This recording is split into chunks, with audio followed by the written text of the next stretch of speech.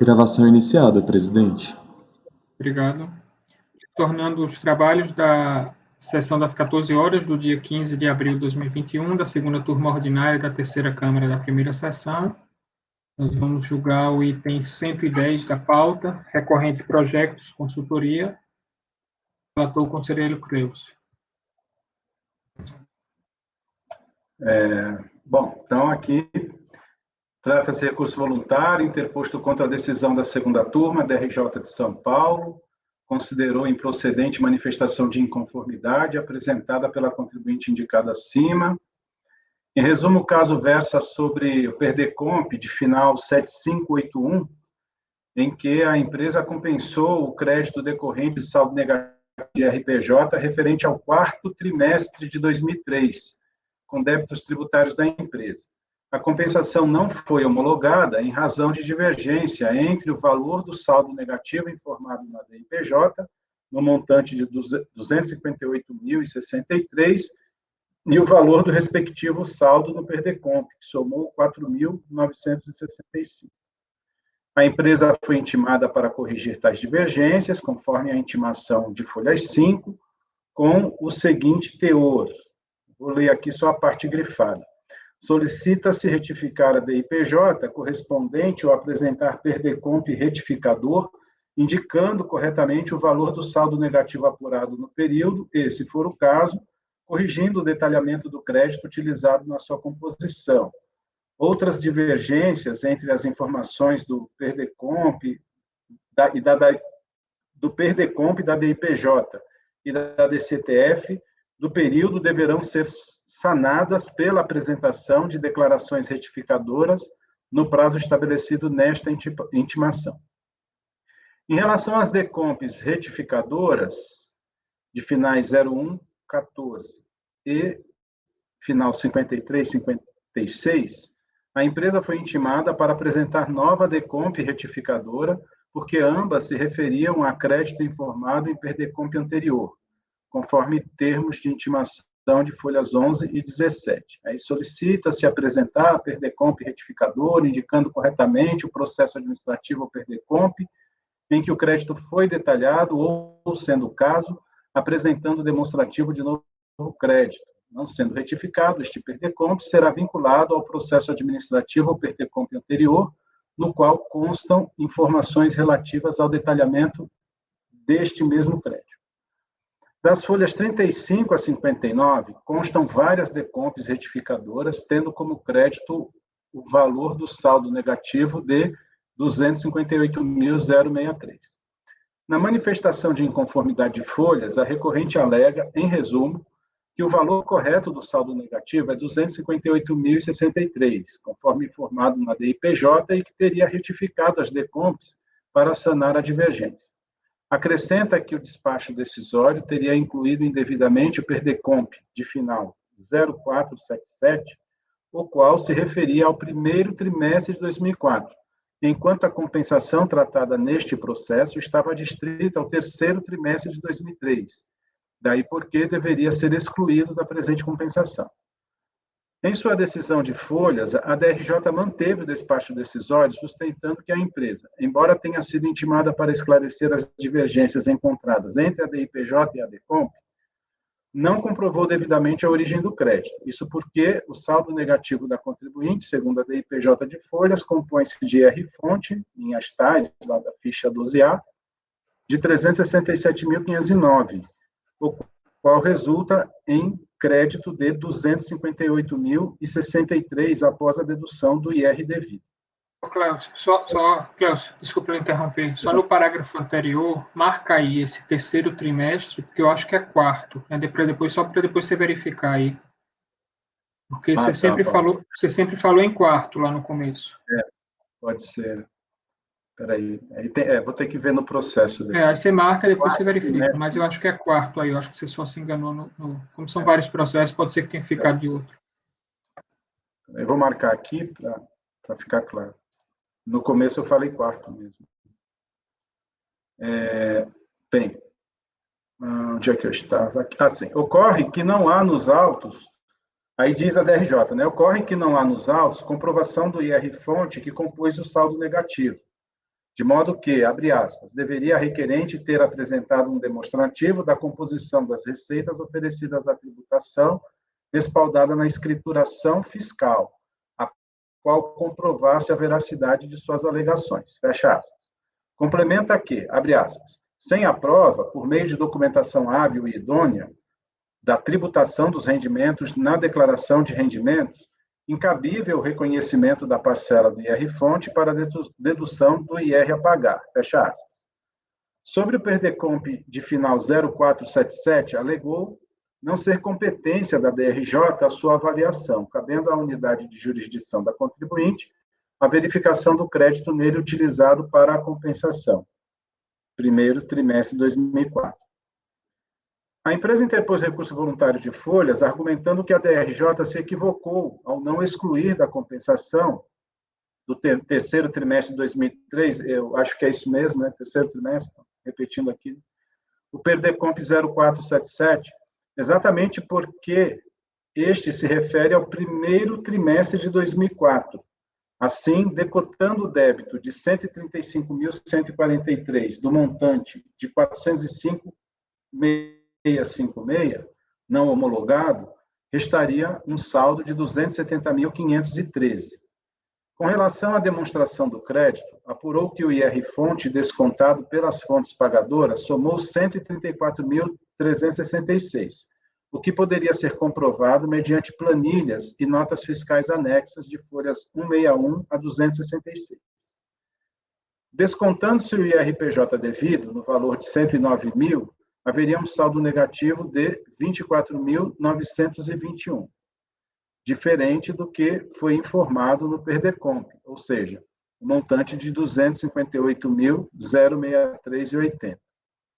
Prossegue a recorrente esclarecendo que este saldo de R$ 24.921 não é suficiente para compensar todos os débitos informados, mas, compensando com o que for possível, resultaria em um débito de R$ 245.592, e não R$ 405.656, como exigido pelo despacho decisório.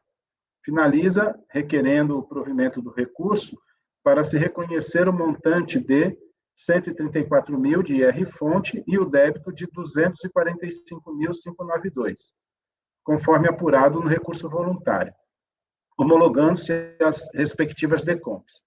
Requer também a correta análise e homologação da PERDECOMP 0477, referente ao primeiro trimestre de 2004, e não ao quarto trimestre de 2003, equivocadamente apontado no despacho decisório. Eu vou checar essa questão aí dos trimestres, do quarto e terceiro trimestre, no processo. Quarto, eu já chequei aqui. Obrigado. Valeu, obrigado. Então, está errado lá, numa passagem aqui que eu falei. Aqui. Cadê? Tirei. Deixa eu já consertar aqui. Quarto trimestre, beleza. Passo a voto? Bom, o recurso é tempestivo, entretanto, é relevante explicar que não há nos autos prova do AR com data de recebimento por parte do contribuinte. Assim, entendo ser o caso de se aplicar a regra do parágrafo 2º, 2 do artigo 23 do decreto 7235, que estabelece, aí eu reproduzo aqui aquela regra. Bom, a intimação da decisão da DRJ foi expedida em 12 de 5 de 2011 para ser cumprida via postal, folha 129. A relação de folhas 130 informa que a empresa teria recebido o AR em 16 de 5 de 2011. Em 9 de 6 de 2011, o procurador da recorrente teve vista dos autos, tomando ciência dos documentos de folhas 1 a 114, nas quais se encontra a decisão recorrida, conforme termo de folha 131. O recurso voluntário foi protocolado em 22 de 6 de 2001, conforme carimbo de recebimento de folhas 132. Considerando que não se tem a prova do recebimento do AR, documento considerado pelo dispositivo legal citado como prova da intimação dos atos processuais no âmbito do PAF, não há como se considerar como data de intimação a relação de folha 130. Isso porque tal documento é unilateral da Receita e não é a prova exigida pela legislação. Assim, entendo ser omissa a data de AR, a data de recebimento do AR, nos termos do parágrafo 2º do inciso 2 do artigo 23 do 70.235. Computando-se a contagem do prazo recursal de 30 dias na forma do dispositivo citado, tem-se que o prazo para interposição do recurso venceria em 28/6/2011, dentro do prazo legal, conforme a tabela abaixo. Aí eu discriminei aqui, né, por datas, a data da expedição da intimação, 12/5/2011, uma quinta-feira. Fim do lapso de 15 dias, 27/5/2011, uma sexta-feira. Início do prazo de 30 dias para o recurso voluntário, 30/5/2011, segunda-feira. Fim do prazo para interposição do recurso, 28/6/2011, terça-feira. Data de protocolo do recurso, 22/6/2011. Aqui é aquela discussão que nós já tivemos, eu acho que num outro processo, se não me engano, Paulo, acho que da sua relatoria, inclusive, em que não tinha comprovação do AR, mas tem aquela relação que a Receita recebe do Correio com as datas de envio do AR e de possível recebimento. Pelo possível recebimento do AR com a ciência do contribuinte. Agora, eu entendo o seguinte, a lei é bem clara, ela fala que tem que ter a prova do AR. Quando não tem, se aplica aquele parágrafo 2º, 2 do 23. Então, é o que eu estou fazendo, eu estou aplicando, e aí estaria dentro do prazo o recurso, mas eu acho que tem que ouvir, né, os colegas. Na verdade, essa relação que você fala aí da folha 130 é só uma relação da entrega da Receita aos Correios, não é a entrega dos Correios à recorrente. Então, é diferente daquele extrato quando extrato dos próprios Correios que mostra a entrega do documento, né? Então, eu estou olhando o processo aqui para ver se existe em algum momento essa comprovação da entrega do AR ao contribuinte. Mas esse da folha 130 não é a entrega ao contribuinte, não. É a entrega só da Receita aos Correios. Teria sido em 16 de maio. Eu não encontrei nenhum documento que... Paulo, o despacho de encaminhamento, o último despacho, o único que foi feito já no processo digital, ele diz que encaminhamento para o CARF, né, da unidade de origem, diz que foi tempestivo o recurso.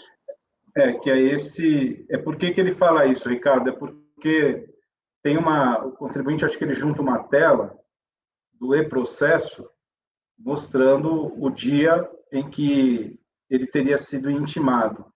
Deixa eu até localizar aqui para a gente ver.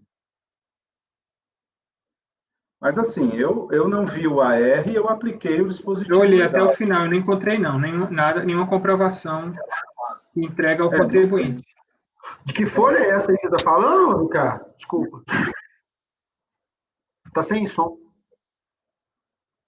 É o único documento que foi inserido no processo eletrônico. O resto são volumes digitalizados. Folha 350. Faixa de encaminhamento.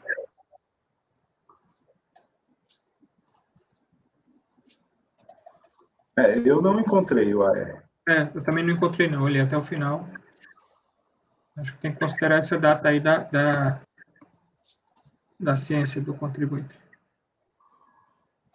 Então, superamos a tempestividade? E até mesmo, assim, estou enganado, mas esse despacho aí, a pessoa, se não tivesse uma certeza dessa tempestividade, não fica atestando isso nos autos.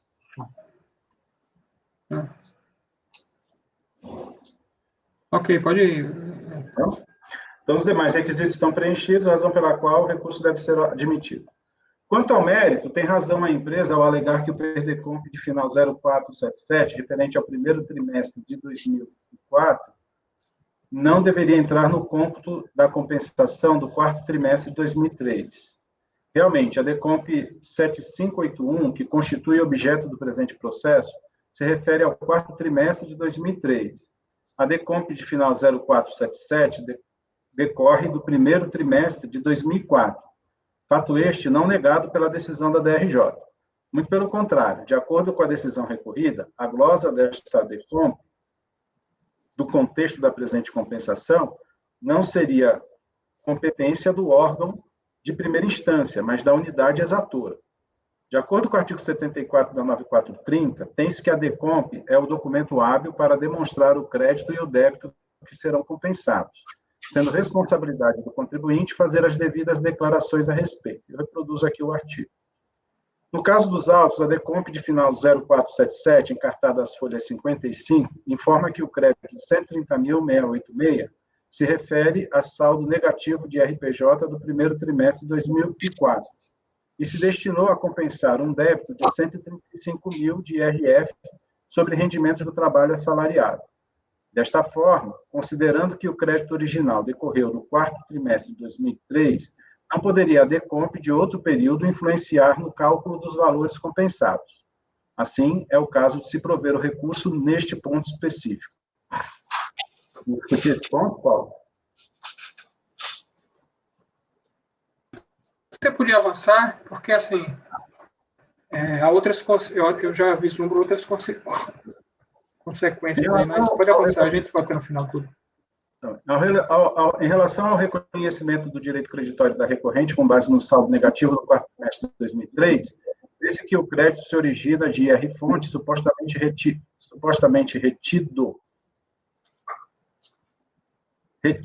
né, porque são várias retenções, por diversas fontes pagadoras. Note-se que a empresa foi intimada a esclarecer divergências entre a DIPJ entregue e a DECOMP.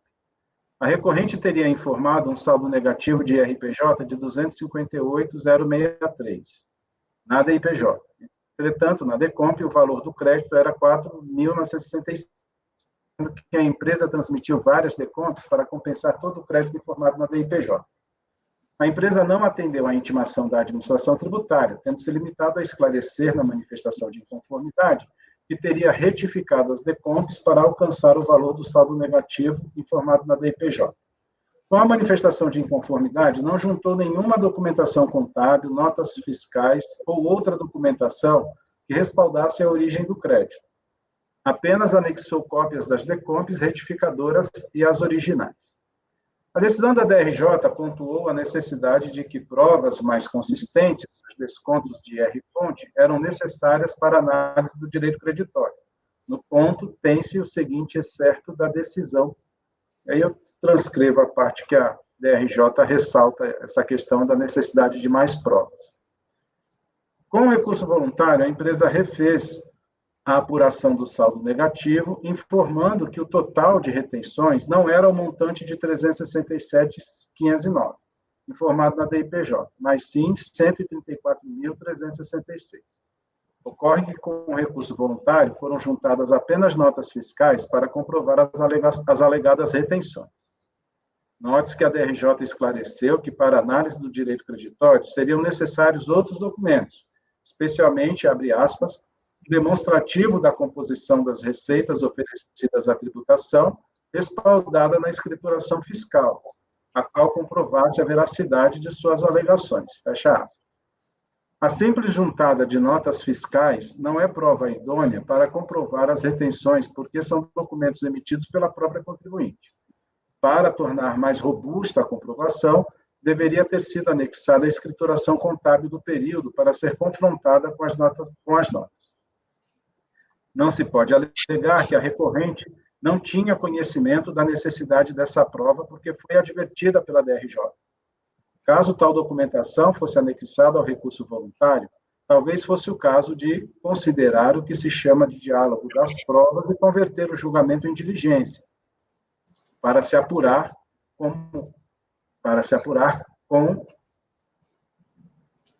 mais profundidade se tais decisões foram realizadas nos montantes alegados. Este relator tem adotado o critério de, dentro do possível e analisado o caso concreto, tendo a empresa sido esclarecida a decisão da DRJ sobre quais provas deveria trazer aos autos para comprovar o seu direito, e não o faz, deve ser negado provimento ao recurso voluntário, se não houver outra matéria para ser provida. quando, ao contrário, a empresa se esforça para comprovar o seu crédito, trazendo a escrituração contábil, extratos bancários com demonstração do recebimento dos valores líquidos. Sendo possível a análise nesta instância, o direito creditório é aferido. Se não tiver condições dessa análise ser realizada, é o caso de se converter o julgamento em diligência. Mas, no presente caso, a empresa foi intimada antes do despacho decisório para prestar esclarecimento sobre o crédito e não fez. Teve outra oportunidade com a decisão da DRJ e, igualmente, não trouxe ao menos a escrituração contábil com o recurso voluntário. Conceder mais uma oportunidade à empresa para comprovar contabilmente o seu crédito ou determinar a realização de diligências para levantar-se as DIRFs junto à unidade de origem, implica em transformar o processo litigioso da compensação em um procedimento burocrático de longas idas e vindas, como o Castelo de Cá fica às avessas, pois a indeterminação do processo seria causada pelo próprio contribuinte interessado. Não seria razoável que um processo de compensação iniciado em 2006 seja analisado pela última instância administrativa 14 anos depois, para voltar à unidade de origem para se cumprir providência que deveria ter sido realizada pelo próprio contribuinte antes do despacho decisório. Assim, compreendo que não é o caso de se converter o julgamento em diligência e nem de dar provimento ao montante de IRF que agora a empresa alega ser o correto, sem a devida escrituração contábil. Diante do exposto, eu conheço do recurso e voto em dar provimento parcial para determinar a exclusão da DECOMP de final 0477 do cômputo da compensação original, mantendo-se a decisão da DRJ sobre o restante. O relator está dando provimento parcial apenas para excluir aquela DECOMP que seria relativa ao outro trimestre. Tá? Eu chamo a atenção de vocês só para a motivação do despacho decisório.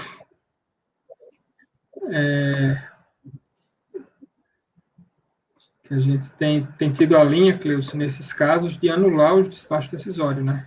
Quando ele tem esse tipo de motivação.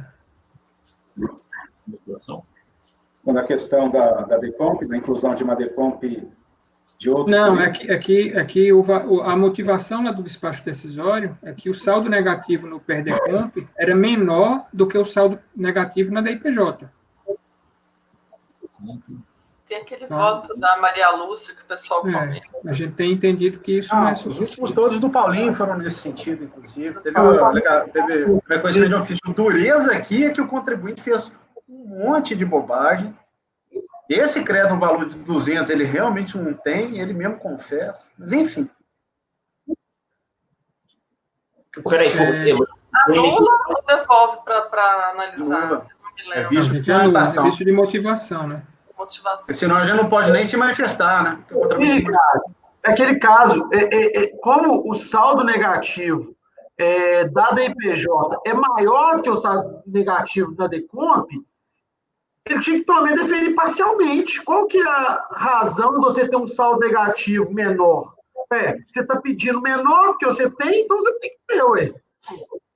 Ele não precisava nem definir, ele poderia simplesmente virar e falar, vamos analisar os 4 mil. Ora, os 4 mil você não tem direito porque eu não trouxe conta. Beleza.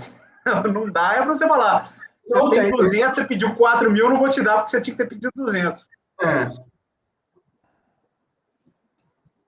Ricardo. Você entendeu, Cleus, essa discussão? Não, entendi. Ele poderia... não constituiria um óbice, né, a compensação, se o valor na DECOMP é menor do que o da DIPJ. A motivação está errada. Assim, no mínimo é que ele tinha que ter deferido parcialmente. Ou então, que o Gustavo falou, olha, você pediu 4 mil, mas nem os 4 mil você tem, por conta disso. Simplesmente falar que só que devia. O contribuinte não se defende sobre isso, muito pelo contrário, ele fica insistindo aí, o IR-fonte dele é esse valor de 134, refaz as contas, ele não ataca esse ponto. Então, é aquela história, tudo bem, é uma questão aí de reconhecimento de nulidade por vício de fundamentação, eu creio que seria até um pronunciamento de ofício, né? É complicado nesses processos que o contribuinte ele não se defende nesse ponto. Eu me lembro de ter havido um caso como esse, mas o contribuinte chega a rebater, né, essa questão aí da diferença entre DIPJ e o valor do saldo negativo. Aqui não, ele passa ao largo Então, quer dizer, eu me ativo que ele alegou no processo, sabe? Mas eu entendo aí a ponderação, né, dos colegas sobre essa questão. Tem outros precedentes. Ricardo. Sim, eu lembro de vocês terem me convencido. Não me lembro se vocês me convenceram ou não, mas eu me lembro dessa discussão e eu lembro que eu fiquei incomodado com isso. E eu não sei nem como votei da outra vez, se eu acompanhei ou se eu divergi. Bom, se a turma for por esse caminho, tudo bem. Mas é que você que teria que suscitar, né, isso daí. Eu tenho um problema aqui que com a posição do... Porque, para mim, essa DECOMP 0477, salvo o melhor juízo, teria que ser anulada, não, ela teria que ser... Não é excluída, como o relator propôs. Ela teria que ser analisada. Porque a gente tem... Se ela está nesse processo, ela teria que ser incluída mesmo. O saldo negativo dela, que é do trimestre seguinte, teria que ser analisado. E não simplesmente excluído o débito que está confessado dela, né, que é o que o contribuinte pretende. Excluiu o débito da cobrança aqui, mas, espera aí, tem um débito declarado. Então, agora, se vai anular, né, e acho que esse é o entendimento da turma, eu vou me render e vou acompanhar essa divergência. Né? Vamos levantar a divergência com base no entendimento da turma. Eu tenho um pouco de dificuldade porque, veja, há uma consistência gritante, né? E aí, o que seria o certo? A unidade de origem faria o quê? Vou homologar a compensação só dos 4.000. É esse que é o posicionamento da turma, né? Sim. É porque o que ele está dizendo, olha, você me disse que tem um saldo de 200 e está pedindo 4, então você não tem saldo nenhum, você não tem direito nenhum. Há um vício de motivação aí, né?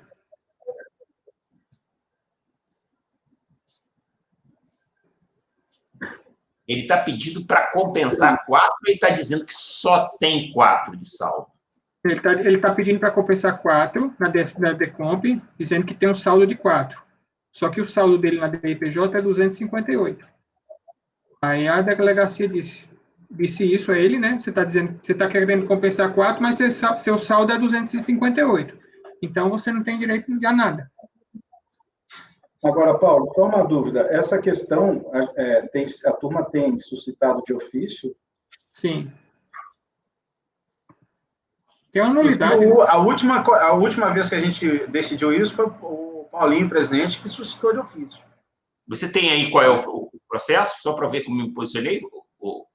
Putz, eu não vou lembrar de jeito nenhum. Eu vou procurar aqui nos...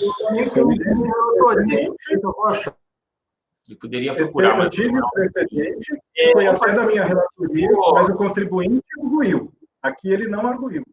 Por isso que eu fui para outro caminho, né? Bom, como eu vou ser vencido e eu não tenho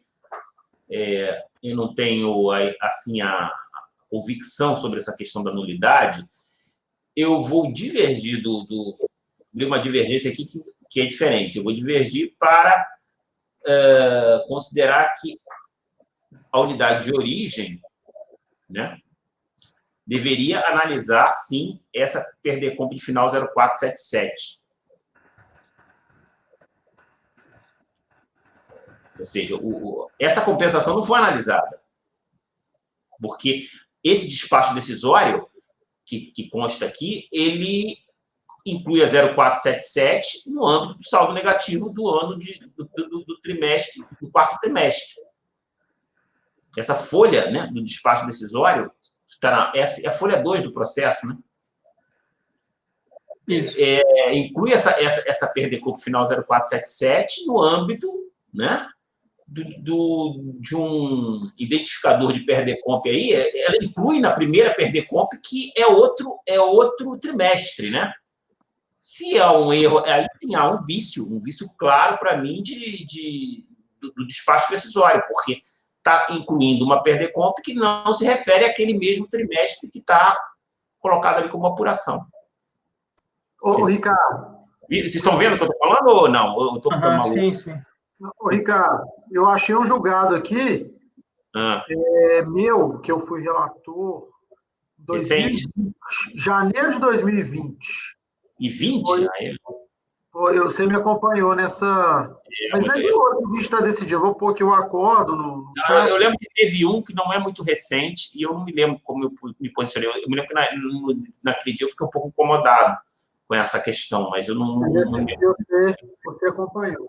Não é 2020, não. É já nessa nossa mais recente, a gente estava aqui com certeza online. Eu estou dando um exemplo de um que eu achei aqui, mas eu acho que tem mais. Nesse caso que você achou, Flávio, você lembra se foi de ofício o pronunciamento da nulidade ou teve arguição do contribuinte? Não, eu não lembro de nunca o contribuinte ter alegado isso. Acho que sempre é de ofício. Eu me lembro que o contribuinte alegou. Eu não lembro. Realmente eu não lembro. Nunca. Eu lembro sempre de ofício. Bom, mas ok. Ricardo, na verdade, o Cleucio está sugerindo excluir essa DECOMP da análise feita nesse processo, né? Eu não sei se dava para vocês construírem uma solução conjunta aí, né? Só nesse sentido, de apontar de que eu acho que e analisar, né, e que seja analisado, Cleucio, o crédito invocado nela. Isso eu estou de acordo, porque eu acho que seria uma consequência natural, né, dessa exclusão. Teria que analisar essa DECOMP. Até a DRJ, de alguma maneira, sugere isso na sua decisão. Né? Ela fala, isso tem que ser apreciado lá pela DRF. Eu não me oponho em... Como é que é? Construir o voto nessa linha do que o Ricardo está propondo. Tranquilo. Está fechado seu áudio, Ricardo. Eu acho que ele está em... Eu acabo de ver aqui que nós estamos falando do caso cota comercial de janeiro desse ano.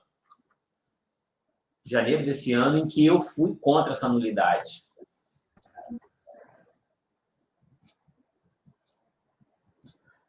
Eu acho que esse cota comercial foi até da minha relatoria, não foi, Ricardo?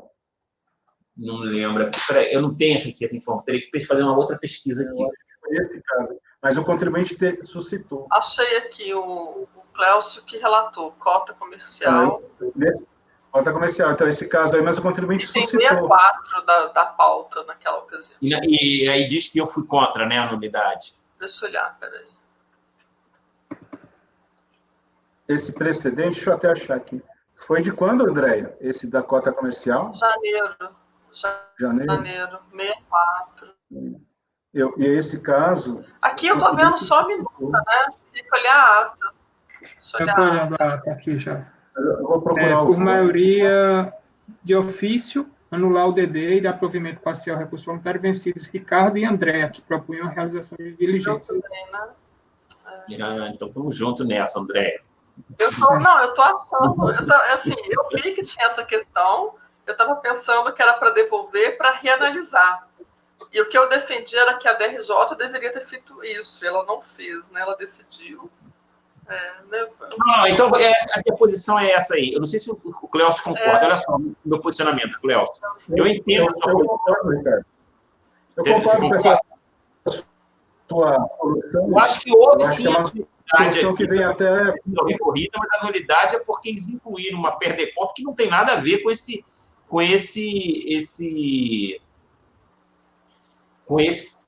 a principal, que ele coloca como principal, porque o saldo negativo é de outro período, né? Agora, não pode se tirar essa PERDECOMP daqui, porque o débito correspondente vai ficar perdido, não vai ser cobrado em lugar nenhum.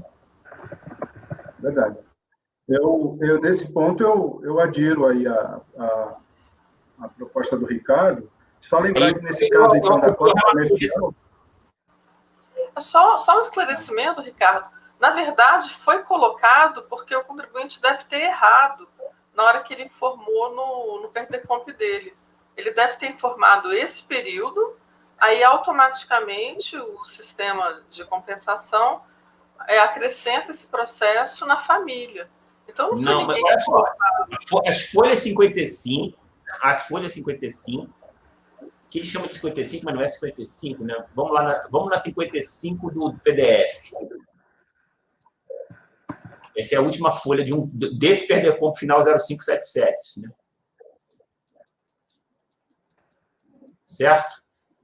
0477. Aí você vai um pouquinho mais para frente, 2 folhas antes, você vê lá que o período, apesar de que está cortado aqui o 2, mas é o primeiro trimestre, tá vendo? Estou falando da folha. É porque ele vinculou também, ele colocou o primeiro trimestre, mas ele vinculou a uma decomp anterior, que é essa que começa com 28.800 e alguma coisa. Só que essa 28.800 e alguma coisa, eu não consegui, pelo menos, localizar. Ela não consta do despacho decisório, ela é seria 12 de maio de 2004. Eu não consegui localizá-la no despacho decisório.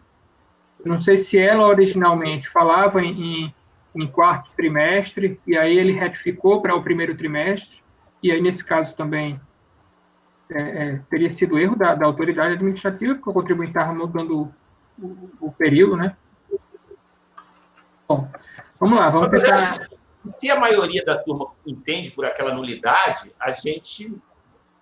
eles vão ter que voltar a analisar tudo, né? Então, acho que não vai ter essa problemática toda aí. Eu sou resolvido. Tá, seu voto seria, então, para acompanhar o Cleucio, ele fazendo essa alteração, seria para acompanhar o Cleucio e só excluir essa decomp do quarto trimestre e que seria analisada, isso? Não é excluir, né, Cleucio? Seria declarar nulidade do despacho decisório porque houve a análise de uma decomp que não tem nada a ver com o mesmo trimestre. Mas qual seria a nulidade aí? A nulidade me parece que não ter apreciado, né, um débito de uma determinada decomp. Tem uma decomp aí. Essa decomp é do primeiro trimestre. A princípio, apesar de teríamos aí dois saldos negativos no mesmo processo para analisar, né? Passível de análise. Essa decomp não foi analisada corretamente. O saldo negativo dela não é o saldo negativo que está indicado no despacho decisório. Tá, então seria diferente. Então é uma divergência, na verdade, Cleucio. Você está reconhecendo a nulidade do despacho decisório.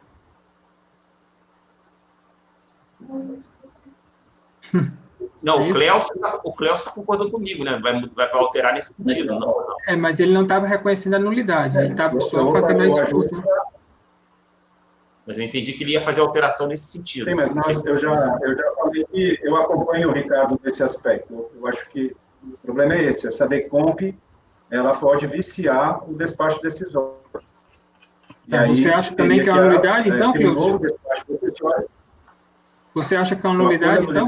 Mas eu acho que é uma nulidade. Acho que é uma nulidade porque o contribuinte, ele encaminhou uma decomp, e essa decomp não tem relação com o período do saldo negativo que ele informou na primeira decomp. Quer dizer, a Receita acrescentou uma decomp de um outro período do saldo negativo dele. Foi essa a compensação que ele transmitiu, não é isso, Ricardo? Tua linha? Meu entendimento é esse, a menos que tenha no processo alguma outra evidência, né? Mas pelo que está relatado, pelo que eu estou entendendo, é isso. Tá, mas, Cleucio, e com relação à outra nulidade aí, o Ricardo já colocou a posição dele, enfim, a Andréia, a princípio também, né, Andréia, se você não considera isso como uma nulidade. Mas era importante, porque você não trouxe isso, você já votou nesse sentido, se eu não estou enganado. Eu não achei voto mais recente, eu achei só esse meu, mas também procurei muito rapidamente. Mas nesse caso, o Flávio, o contribuinte contestou o fato de ter sido o despacho decisório, que não homologou a sua compensação, ele contestou esse ponto. Disse assim, olha, não poderia ter negado a compensação em razão dessa divergência entre DIPJ e DECOM. Nesse caso aqui, o contribuinte passa ao largo, muito pelo contrário. Não, mas é nulidade, né, Cleucio? A gente discute um pouco mais difícil, né? Essa aqui é a questão. Bom, vamos lá, gente. Vamos tentar Reconhecer que eu construir. Então, Então, disse que o Cleôncio, Vladimir tinha sido assim. Não, essa discussão é inócua, gente. Vai dar 3-3 aqui. sim, vamos lá, Cleôncio. Então, você entende que a nulidade, você vai alterar seu voto para declarar nulidade do despacho decisório por haver incluído a decomp de outro trimestre, é isso? Ok. E Ricardo acompanha esse voto. Tá. Gustavo. Eu vou acompanhar a declaração de nulidade pelas conclusões? Tem essa, né? Ou vou divergir? Eu já não sei. É isso mesmo. Então tá, então acompanho o relator pelas conclusões.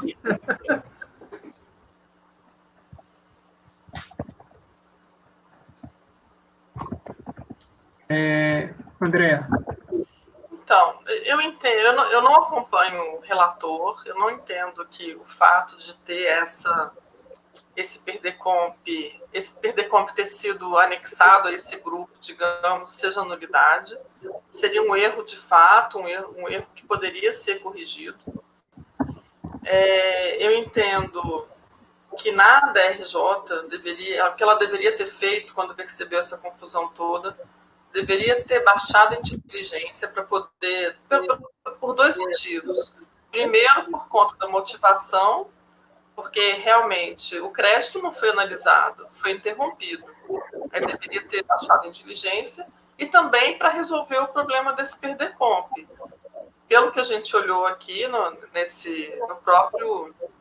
na própria declaração que o contribuinte apresentou, é estranho, não dá para entender direito, a não ser olhando no sistema, né? O que aconteceu? Ele deve ter informado ou aquele PERDECOMP com demonstrativo de crédito errado, alguma coisa nesse sentido. Agora, eu entendo assim que a motivação do despacho decisório está errada. Realmente é um absurdo assim falar, mas você declarou um crédito da ordem de 200, mas pediu só da ordem de 10, e falar que isso assim, não homologar por conta disso. Mas eu tenho dúvida que seja uma nulidade absoluta. Até vocês, processualistas, quiserem me ajudar, me parece que seja uma nulidade relativa que poderia ser sanada. Agora, nesse momento, eu já não sei, porque a DRJ não se pronunciou. Então, sobra para a gente analisar o pronto, André, né? A nulidade absoluta ou relativa aqui não tem impacto. Desculpa. Só um esclarecimento sobre o que você está falando, André. Antes do despacho decisório, o contribuinte foi intimado para prestar esses esclarecimentos. Sim. E ele não esclareceu. Isso está no meu relatório e está lá no processo, manifestado tanto no despacho decisório quanto na decisão da DRJ. Quer dizer, ele teve oportunidade de esclarecer o porquê que ele declarou na DIPJ um saldo negativo 50 mil vezes maior do que ele declarou na DECOM. Ok. A questão se da absoluto ou relativo é relevante, André. O que importa há ou não há prejuízo para o contribuinte, que é o que diz o artigo 59 e o que confirma o artigo 60. O 60 do decreto 7235 fala que você só pode superar a nulidade quando não houver prejuízo. Tá? Então, assim, prejuízo é claríssimo que houve, porque o pedido do contribuinte não foi analisado. Essa é a questão, entendeu? Não, ele foi intimado. Ok. Se ele foi intimado, não trouxe a intimação, cabia a DRJ ia falar, ok, já que você não retificou, vou analisar 4 mil e não 240 mil. Não foi isso que eles fizeram. Concordo totalmente. No mínimo isso, né? No mínimo isso, porque é um sistema eletrônico. Né? E hoje é o que acontece. Esse problema que ocorre era no início dessa análise eletrônica. Ok, André. É a nulidade. Eu não acho que seja nulidade. E aí você vota... Eu não sei também como fundamentar. Deixa eu pensar aqui só mais um pouquinho, peraí. A nulidade proposta pelo relator eu não concordo, tá? A nulidade que o restante da turma entende me parece mais razoável, porque realmente tem a questão da motivação. A motivação está errada, eu tenho certeza disso. E como o Gustavo colocou, contribuinte ficou prejudicado. Ele poderia ter compensado débitos de, no mínimo, um valor aí da ordem de 10 mil, de 10, né? Acho que é 4 mil, nem sei. Olha, eu fico numa situação difícil, porque em janeiro... Não, se bem que não. Em janeiro, eu defendi que era... Você defendeu só, analisar. Nesse caso aqui, a situação é um pouco diferente. Eu vou me filiar... É eu que vou ter que abrir a divergência? Não, Ricardo? Não, o Gustavo já abriu, né? Não é nem divergência, na verdade, é só as conclusões que são diferentes, né? Todo mundo vai estar, até agora todo mundo está reconhecendo a nulidade, só que o Gustavo reconheceu por uma razão diferente da do relator. Nesse caso específico, nesse caso em concreto, eu vou votar pela nulidade, pelas conclusões, mas em algum momento eu vou pensar direitinho em como que eu resolvo isso, ok? Tranquilo. Flávio. Presidente, mantendo a minha coerência, eu vou... Não é nem divergência, né? Eu vou acompanhar a nulidade levantada pelo Gustavo, que eu vou no despacho decisório. Ok. Eu também acompanho essas conclusões. E aí, Cleucio, na verdade, a decisão vai ser por unanimidade de votos, mas lá no final do seu voto, você vai ter que fazer a ressalva de que a maioria do colegiado lhe acompanhou por reconhecer a nulidade, por essa outra razão, por vício de fundamentação, né, por vício de motivação do despacho decisório, já que esse fato da DIPJ ter um saldo maior do que aquele que o contribuinte utilizou na DECOMP, não seria causa de não homologação do direito, né, da compensação realizada. Entendeu? Você faz só essa ressalva lá no ponto final. Se ficar com alguma dúvida em relação à redação, você pode me perguntar. Tá? Mas seria só isso aí. Assim. A decisão vai ser unânime, né? Então, acordam os membros colegiados por unanimidade de votos em reconhecer de ofício a nulidade do despacho decisório. Os termos de relatório e voto do relator, os conselheiros Gustavo, Flávio e Paulo votaram pelas conclusões. Andréia também, presidente. Andréia também. Desculpa, Andréia. Gustavo, Andréia, Flávio e Paulo votaram pelas conclusões do relator. Eu ia fazer declaração de voto, mas nesse caso não precisa, porque as conclusões já vão constar lá do final. Ok? Expresso Palmares é rápido, Cleucio? Dá para fazer, porque o Isaías tem hora aí. Acho que é melhor a gente interromper, né? Bom, eu acho que é rápido, mas... Rápido, tá, então vamos fazer... Se vocês concordarem comigo, é rápido. Tranquilo, então vamos fazer esse último aí. Isaías, você pode ficar até que horas? Presidente, até às 18. Tá, então tranquilo. Então, item 111, recorrente expresso Palmares, relator conselheiro Cleucio.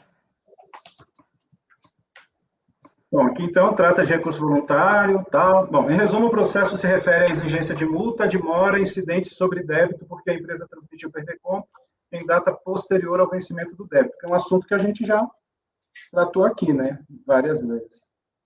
Bom, de acordo com a DRJ, na compensação, a data da transmissão do PERDECOM corresponde à data do pagamento do débito compensado. Assim, o débito deve ser atualizado até a data da transmissão. Quando o crédito indicado no PERDECOM for efetuado o débito atualizado, considera-se a parte não coberta pelo crédito como não paga e, consequentemente, sujeita à incidência de multa moratória nos termos da legislação de regência. Gustavo, estou tentando imitar... A discussão, Cleucio, não é denúncia espontânea, não, né? A recorrente interpôs, bem rapidinho, a recorrente interpôs compensação que o contribuinte transmitiu à DECOMP e não corrigiu o débito. O débito venceu antes da transmissão da DECOMP, ele não corrigiu. Aí não deu saldo. É isso. Bom, a recorrente interpôs recurso voluntário, sustentando, em resumo, que não estaria obrigado a efetivar a compensação no regime do artigo 74 da Lei 9430, pois, tratando-se de tributos da mesma espécie, a compensação poderá ocorrer na forma do artigo 66 da Lei 8383, o que dispensaria a apresentação de DECOMP. No mais, sustentou que o crédito decorreu de pagamento de tributo recolhido em valor superior ao devido. O débito, por sua vez, venceu posteriormente ao recebimento do tributo pago indevidamente. Dessa forma, não houve prejuízo ao erário, pois, no momento do vencimento do débito, os valores pagos indevidamente estavam de posse da fazenda. Assim, aplicando-se a atualização monetária sobre o crédito, o valor desse seria suficiente para pagar o débito no valor apurado até a data do seu vencimento. Acrescentou que a legislação de regência da compensação não prevê a incidência de multa moratória sobre o débito vencido antes da data da transmissão do PDCOMP, o que feriria a legalidade. O relatório. Não voto? Pode eu voto. Bom, recurso é tempestivo, estou admitindo. Conforme relatado, a controvérsia reside na resignação da empresa contra a decisão da DRJ, que calculou multa moratória nos termos do artigo 61 e 74, parágrafo 4º da Lei 9430 de 96, combinado com o artigo... Eita, aqui, desculpa, gente, eu dei uma viajada aqui nessa parte aqui do começo do voto. Não é isso, não. A questão aí é transmitido fora do débito, devia ser corrigido. Deixa eu rever essa parte aqui. Só um segundo. Acho que é isso mesmo, Cris. No recurso voluntário, a recorrente traz a alegação. É isso, né? Faz tempo que eu fiz esse processo, um dos primeiros, não estou lembrado dos detalhes aqui. Deixa eu ler o voto, que aí eu vou lembrando. Conforme relatado, a controvérsia reside na resignação da empresa contra a decisão da RJ, que calculou multa moratória nos termos do artigo 61 e 74, parágrafo 14 da Lei 9430 de 96, combinado com o artigo 28 da IN 460, vigente à época dos fatos. Me confundiu aqui a referência à IN. No recurso voluntário, a recorrente traz alegação estranha ao objeto da lide administrativa. Em resumo, sustenta que a instrução normativa da Receita Federal, mas não menciona qual seria essa instrução normativa, obrigaria as empresas a realizar a compensação por meio do regime de PERDECOMP, ainda que se trate de crédito e débito da mesma espécie.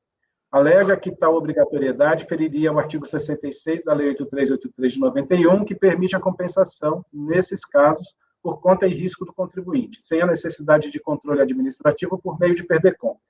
Conclui que, se assim, não poderia incidir multa moratória sobre os débitos compensados, tendo-se como referência temporal para a mora a data de transmissão da DECOMP. Registre-se, primeiramente, que a DECOMP de final 9877, que constitui objeto do presente processo e constando do processo acessório apensado aos presentes autos, a empresa compensou o crédito de saldo negativo de RPJ com débito de RPJ e CSS. Assim, não cabe a alegação de que a compensação teria ocorrido por meio de tributos da mesma espécie. Ainda que, de fato, a compensação tivesse se dado entre crédito e débito da mesma espécie, saliente-se que, desde a Lei 10.637 de 2002, a compensação entre crédito decorrente de débitos decorrentes de tributos indevidos com débitos tributários deverá operar por meio de DECOMP. Nesse sentido, prevê o artigo 74 da Lei 9430, parágrafo 1º. A DECOMP em questão foi transmitida em 4/10/2006, portanto, posteriormente à vigência da lei que determina o procedimento da DECOMP para a compensação de tributos federais. Assim, já à época do protocolo da DECOMP, a lei, e não exatamente a instrução normativa da Receita, disciplinava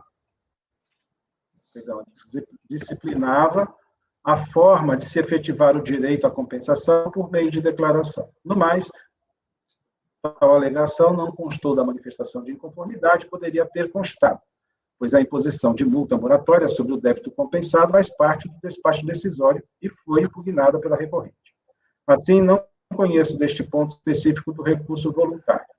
Quanto à alegação de que não deve incidir multa de mora sobre o débito por ausência de prejuízo à fazenda e falta de previsão legal, observe-se o seguinte: a legislação referente à compensação de tributos federais prevê... Aqui está o seguinte do assunto.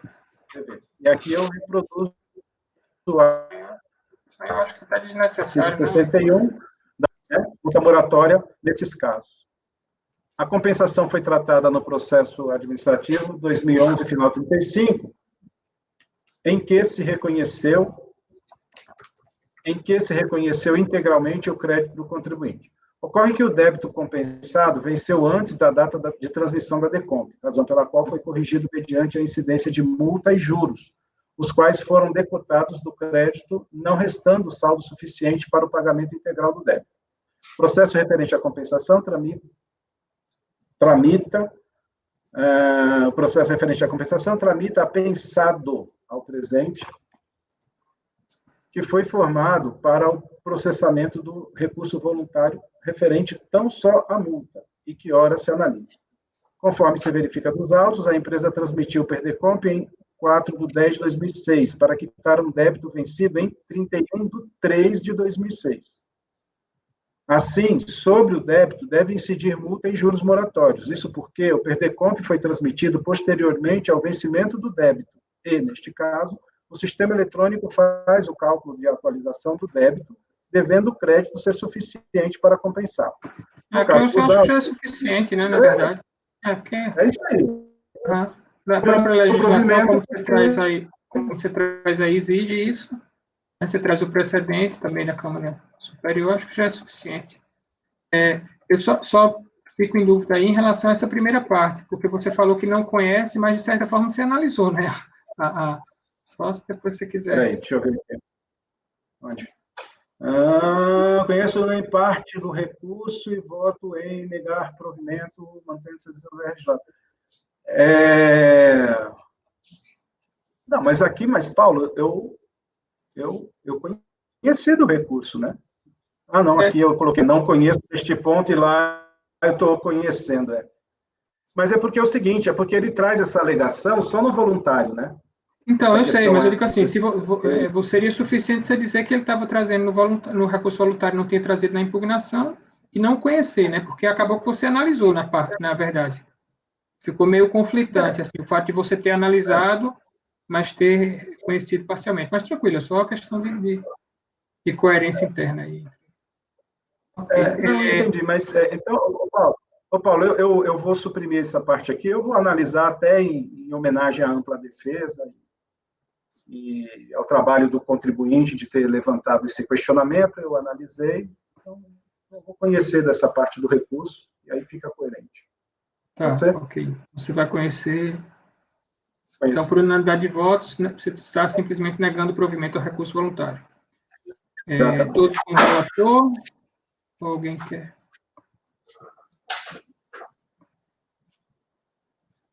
Então, por unanimidade de votos, negar provimento ao recurso voluntário nos termos do relatório e voto do relator. E aí nós concluímos a sessão das 14 horas. Pedir ao Isaías para interromper a gravação.